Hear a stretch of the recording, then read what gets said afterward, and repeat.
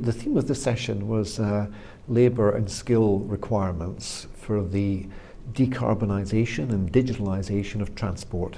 And my contribution related to freight transport and logistics, simply asking what the implications are for human resources, if you like, of the efforts to currently decarbonise freight transport and logistics. You mentioned the flood of Chinese electric vehicles that we're now expecting to come into Europe. I don't think the same would apply to trucks. Europe has a very strong truck manufacturing sector, which is currently making this transition from diesel vehicles to electric vehicles predominantly, I think very effectively. So I'm very hopeful that the European truck manufacturing industry will retain its very strong global position. Though the figure one often sees is you require only 1/6 of the labour to make an electric truck that you require to make a diesel truck.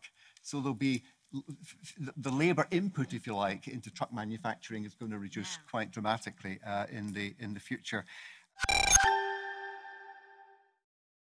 Well, I've been an academic researcher in freight and logistics now for 44 years, a whole lifetime. I've been focusing on the environmental impact of freight transport now probably for about 25 years, and then probably since around 2006 I've been looking at decarbonisation. And to some extent that culminated in the publication of my Decarbonising Logistics book, which came out in 2018. So it's been a lifelong commitment really to this area of research.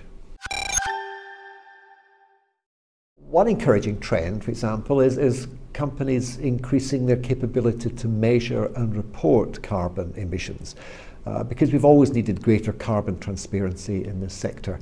And over the past 15 years that I've been researching this area, we've seen a lot of progress being made.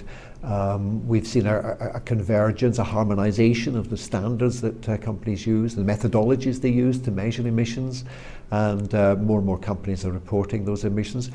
To some extent they're doing this under pressure from the shippers, from the users of freight service, who want to know from their carriers, what those carbon emissions are. And then very soon we're going to see strengthening regulatory pressure on freight and logistics companies to declare their emissions with the EU's Count Emissions EU initiative.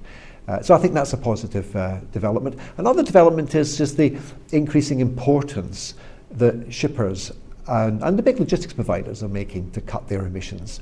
In the case of the shippers, many of them are working collaboratively these days, partly to rationalise their freight movements, but also to use the procurement process, the way they buy freight and logistics services, and in so doing attaching greater importance to the carbon intensity of the operations.